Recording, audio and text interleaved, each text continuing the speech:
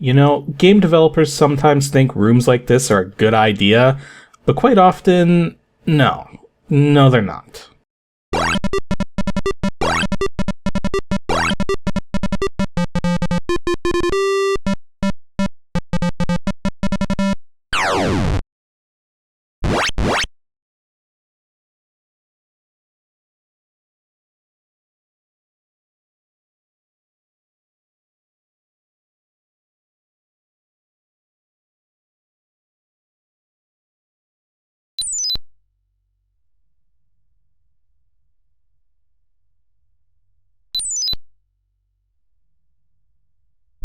So here's an often forgotten ancient DOS game, which you've probably heard of but never really played, called The Dungeons of Grimlor.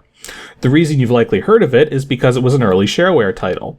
The reason you've likely never played it is because it wasn't early enough.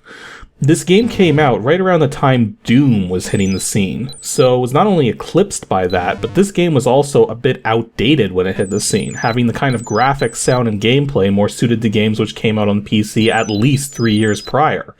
Not helped by its typical shareware price point, making it a direct competitor with far superior games which I've covered before, such as Commander Keen, Excelsior, and Epic Pinball. As for the game itself, it may look like a dungeon crawl at first glance, but it's actually more in line with an action game.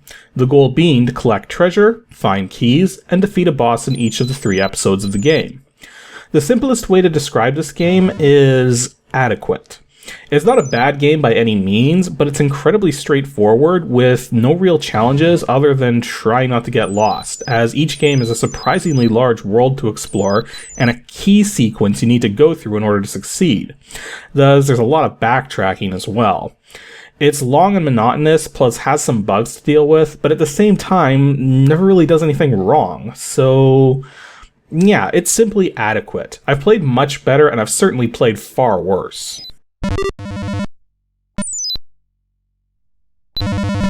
The Dungeons of Grimlor was created and released by John A. Redder, formerly under his Redderware business name, back in 1993, and can best be described as a one-player action game, even though all the movement is tile-based. It's actually one of the few DOS games made which runs in the standard VGA 640x480 16-color mode, as there's many technical reasons why this screen mode was typically avoided for game development. And as far as audio is concerned, it only supports the PC speaker. As for its current release date, the game was made freeware a little over a decade ago, and while it can be obtained from a bunch of DOS gaming websites, I'm actually going to go ahead and recommend John's current website over at www.technicalneuronics.com. The reason being, he's still very much active and has a bunch of projects he's made over the years worth checking out, including multiple homebrew Game Boy Advance and homebrew Atari 2600 games. Funny thing being, game making has always been more of a hobby for this guy, not a career, even way back when he made this one. I don't know if I've ever said this or not, but when it comes to programming, there's different things programmers enjoy the most when they code, which ultimately dictates the kind of software they're most comfortable making, as the paradigms between things like games, productivity software, development kits, drivers, they're all entirely different, and thus a programmer who enjoys making one of those things may not enjoy any of the others, or may enjoy one but is better at another. I'm mentioning this to help explain how a programmer such as John can be developing software since the birth of the personal computer and yet doesn't make a living off making games despite clearly being capable of making them. Just gonna quickly glance over the story before talking about the gameplay, as it's very simple. You play the role of Sir Murdemek, one of the most feared dragon slayers known, who has made his way to the town of Grimlor to solve their dragon problem, as the local dragon has been kidnapping children and storing them inside a magic gem for reasons which are never explained. Your goal as Sir Murdemek is to find the dragon and slay it. I mean, come on, it's in your job description. After slaying the dragon at the end of the first episode, the story continues into the second and third episodes regarding the source of the evil which made the dragon in the first place, with the second episode taking place in a cemetery of sorts, while the third episode takes place in what can only be described as hell. Mind you, with those descriptions out of the way, the gameplay itself is incredibly simple. You move around with the arrow keys or numeric keypad and shoot arrows with the spacebar.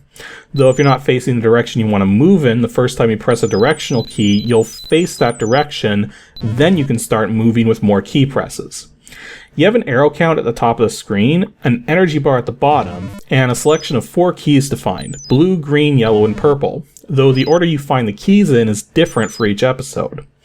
The game worlds are split up into 10 by 10 grids of screens, meaning each episode has 100 screens to explore, which is actually quite a lot given how long you tend to spend on a single screen dealing with the treasure and enemies. In terms of the treasure, you'll find chests and treasure piles laying around on each screen, each worth 100 points. You can also find quivers worth 500 points and 5 arrows. And yes, I know the in-game help says 10 arrows, but trust me, it's actually 5. The idea on each screen is you want to grab all the treasure and arrows if possible, but if not possible, then you want to avoid any that you can grab. The way it works is that the moment you touch some treasure on a particular screen, it upsets the greedy spirits of the area and they'll steal any of the treasure you don't collect before leaving the screen. So if you're going to grab some treasure, make sure to get it all. Quivers work the same way but are tracked independent of the treasure. So if you take one quiver but miss the others and ignore any treasure, leave and come back, all of the quivers will be gone, but the treasure will still be there. There are a variety of enemies which get in your way though, 6 per episode, and while the enemies are different in each episode, they all follow the same basic formula. 3 of the enemy types will just move around and die if you attack them. 1 of the enemy types will leave behind a corpse, which you can loot as if it were treasure, which, yes, does trigger the spirits to move in if you're not careful. 1 of the enemy types will take 2 arrows to kill, and the last enemy type will take 3 arrows to kill. However, you don't necessarily have to use your arrows. In fact, there's a variety of reasons why you wouldn't. Firstly, if an enemy touches you, you'll kill it with your sword, but this costs energy. The trick is that no matter what kind of enemy you attack, you always lose the same amount of energy, and every 10,000 points your energy is refilled to maximum.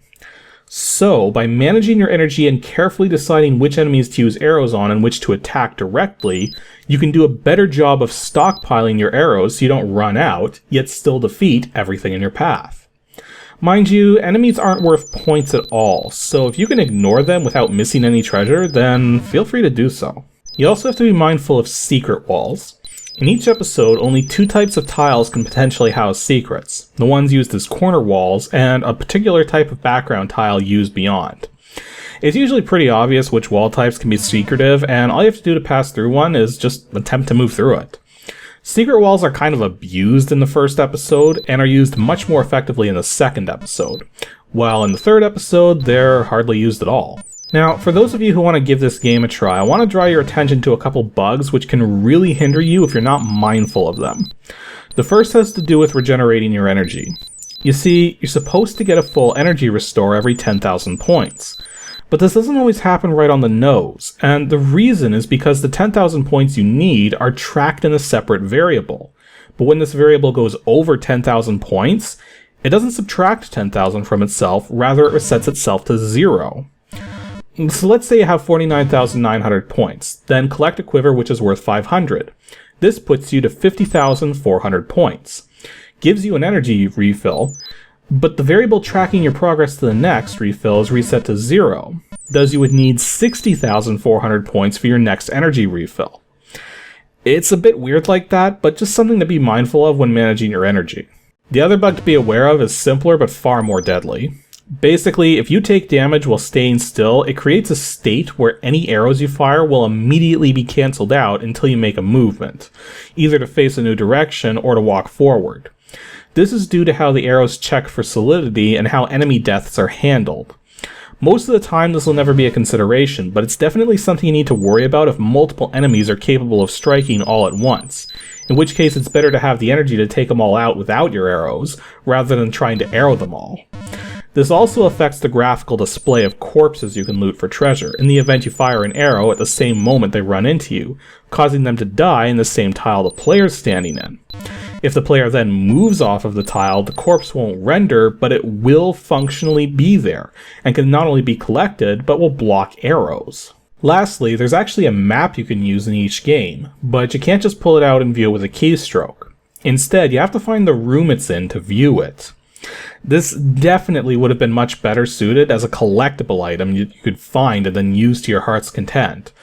Though at the same time, these maps actually reveal the location of all keys and locked doors, which, if you scrutinize the pixels carefully, can reveal the order you're supposed to get the keys in for a particular area, as I can demonstrate on the map for the first episode right here, where you can see yellow leads to purple, purple leads to blue, and blue leads to green. Though actually finding the first key in the sequence can be tricky, but since we know it's yellow, we just look for a yellow dot that isn't connected to a wall, which happens to be that one. So yeah, while it would be nice to have access to this map wherever desired, it does help all the same once you find it. In all honesty, I was bored of the Dungeons of Grimlor just 20 minutes in. Yet, it takes about an hour and a half to beat each episode, so going through this thing was a slog for sure.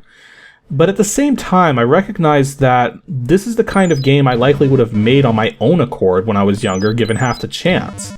So while it's not a game which will likely hold your attention for very long, it's an interesting piece of DOS gaming history all the same. And since it's freeware now, it's worth checking out for the sake of curiosity. And there is a save feature as well, which you can activate whenever you quit, so you don't have to complete the whole thing in one long sitting. All things considered, it's just a very average game, and definitely playable despite its quirks. This game doesn't have the greatest timing routines ever, made more complicated by internal speed adjustment, so here's the approach I recommend to get it to play the exact same speed I've got it playing at here. Firstly, set cycles to 4000 in your DOSBox config file. Next, when you start the game, select the 486 option. Finally, once you're actually into the gameplay, press the S key on your keyboard 20 times. This should make the game play exactly the same speed you've been seeing in this video. The S key actually slows the game down while the F key speeds it up, but it doesn't save this setting anywhere, so you have to redo this every time you play. Yeah, you could just set a lower cycles count, but this will start to affect the rendering of everything. Same if you set a higher cycles count and press S more times. Thus why I decided 4000 cycles was the way to go. Anywho, that's all for today's episode of Ancient DOS Games. Next Saturday is episode 180, where we'll be taking a look at a game with the old rainbow-colored Apple Computers logo in it. Yeah, as you might imagine, there's not a lot of DOS games featuring that logo, so be sure to send your guests to adg@pixelships.com and stay tuned to see what kind of game this could possibly even be.